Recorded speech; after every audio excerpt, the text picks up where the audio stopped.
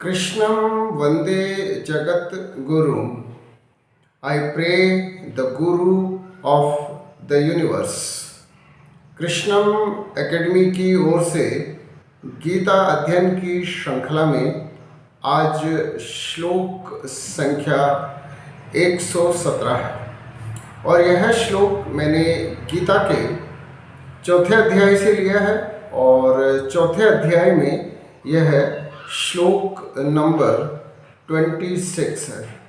श्लोक है, श्रोता अदीनि इंद्रियाणि अन्य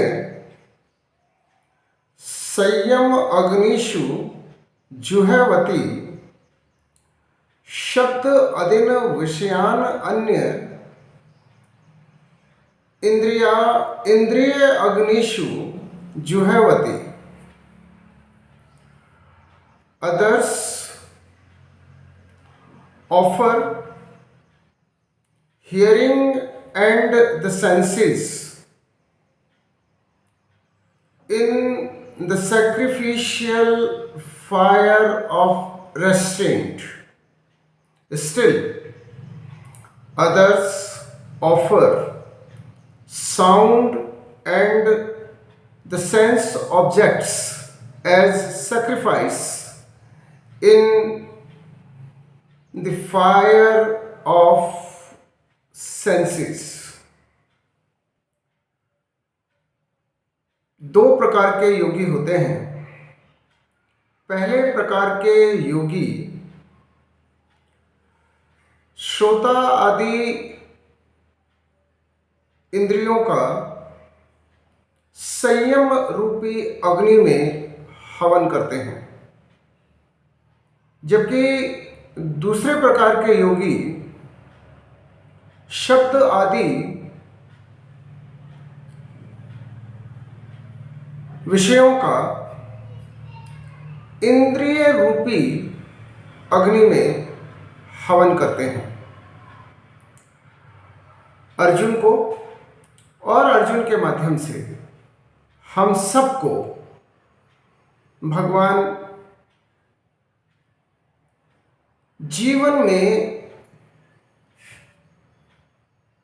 किए जाने वाले यज्ञ अर्थात जीवन की सफलता के उपाय समझा रहे हैं और जीवन की सफलता के लिए सबसे आवश्यक है कि हम किस प्रकार से अपनी इंद्रियों पर संयम स्थापित करें, मन पर संयम स्थापित करें। 10 इंद्रियां और 11वां हमारा मन है, जिसे गीता में इंद्रिय ही कहा गया है। अर्थात हम इन 11 इंद्रियों को किस प्रकार संयम में रखें, और संयम में रखने का अर्थ यही है कि किस प्रकार हम परमेश्वर की बनाई हुई सृष्टि में अपना योगदान दें, ना कि सृष्टि नियमों के विरुद्ध जाकर या ईश्वर के बताए हुए मार्ग के विरुद्ध जाकर कोई कुकर्म करे या दुष्कर्म करें। इसलिए इंद्रियों को संयम में लाने के 2 मार्ग इस श्लोक के माध्यम से भगवान श्री कृष्ण समझा रहे हैं। पहला मार्ग हठ योग का है और दूसरा मार्ग भक्ति योग का है। हठ योग में इंद्रियों को बलात् नियंत्रित करके हम जीवन जीते हैं, अर्थात इंद्रियों को जबरदस्ती नियंत्रण में लाया जाता है, हठ के द्वारा नियंत्रण में लाया जाता है। उदाहरण के लिए हमारी आँख को ईश्वर के स्वरूप के दर्शन करने चाहिए, अर्थात हमारी आँख कण कण में कृष्ण को देखें, परंतु यदि आंख ऐसा देखती है जो उसे नहीं देखना चाहिए या जो अश्लील है, तो हठ योग में ऐसी आंख को ही फोड़ दिया जाता है। दूसरी ओर भक्ति योग है, जहां इंद्रियों को सांसारिकता से हटाकर आध्यात्मिकता में लगा दिया जाता है। अर्थात आंख देखे तो ईश्वर के स्वरूप को देखे, कान सुने तो ईश्वर के गुणगान को सुने। अर्थात हमारी 11 की 11 इंद्रियां परमेश्वर की बनाई हुई सृष्टि और परमेश्वर में लीन रहे, ना कि सांसारिकता में। और यदि ऐसी स्थिति आती है जब हम स्वयं को सुप्रीम के प्रति समर्पित करते हैं और उससे प्रेम करने लगते हैं, तो भगवान से किए गए प्रेम को ही भक्ति कहा गया है, और यह भक्ति योग है। और भक्ति योग में हमारी 11 की 11 इंद्रियां ईश्वर के स्वरूप, उसके गुणगान में ही लीन रहती है।